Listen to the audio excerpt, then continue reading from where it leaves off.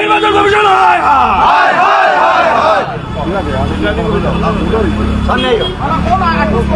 করিমগঞ্জের লোকসভায় পুনর্নির্বাচন করতে হবে, লোকসভায় পুনর্নির্বাচন করতে হবে।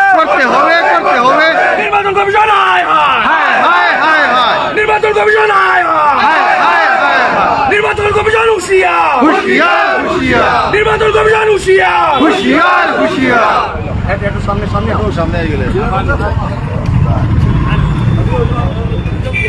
আজকে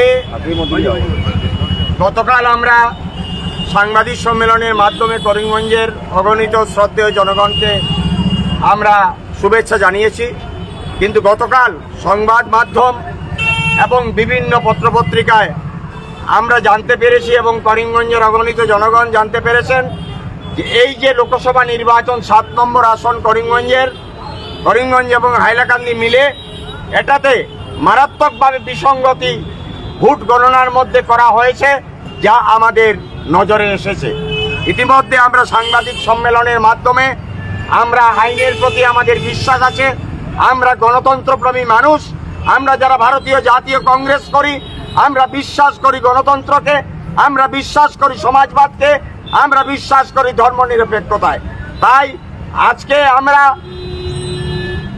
অবস্থান ধর্মঘটের যে কার্যসূচি গ্রহণ করেছিলাম, এই কার্যসূচি আপাতত আমরা স্থগিত রাখছি।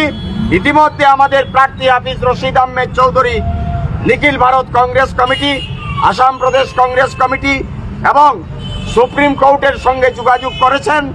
উনার লিগ্যাল সেল যেটা আছে সেটা বিস্তারিত খতিয়ে দেখা হচ্ছে এবং 3800 সামথিং যেটা বিসঙ্গতি according to the election commission, in between election commission and returning officer of Karimganj, যেটা দেখা দিয়েছে আমাদের সামনে, আমরা মনে করি এর চেয়ে আরো অনেক বেশি বিসঙ্গতি হয়েছে।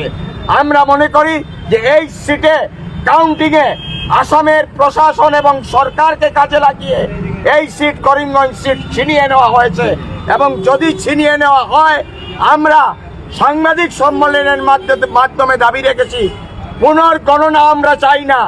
আমরা চাই নির্বাচন কমিশন এবং আসামের সরকারের যদি সাহস থাকে, আমরা দাবি করছি পুনর্নির্বাচন এই করিমগঞ্জের মধ্যে করার জন্য এবং এই পুনর্নির্বাচন না হওয়া পর্যন্ত সাংসদের সার্টিফিকেট যাকে দেওয়া হয়েছে সেই সার্টিফিকেট আপাতত তার সেই সার্টিফিকেট স্থগিত রাখার জন্য যত সময় পর্যন্ত এই বিসঙ্গতির সিদ্ধান্ত কোর্টের তরফ থেকে করিমগঞ্জের জনগণ পেয়ে আশ্বস্ত হচ্ছেন না।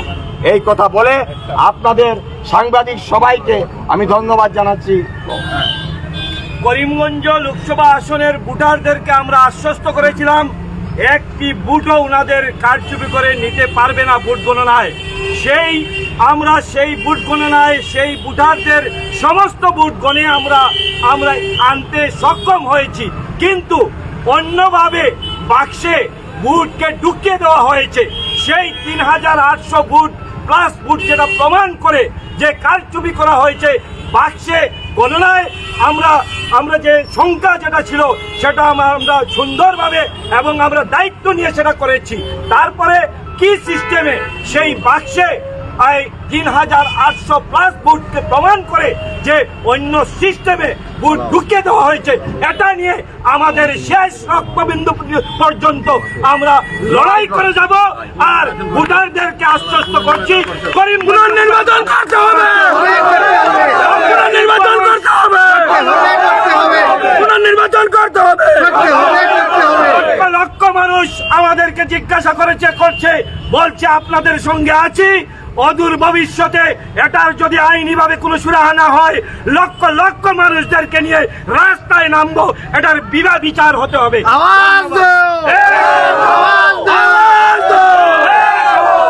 লোকসভায় পুনর্নির্বাচন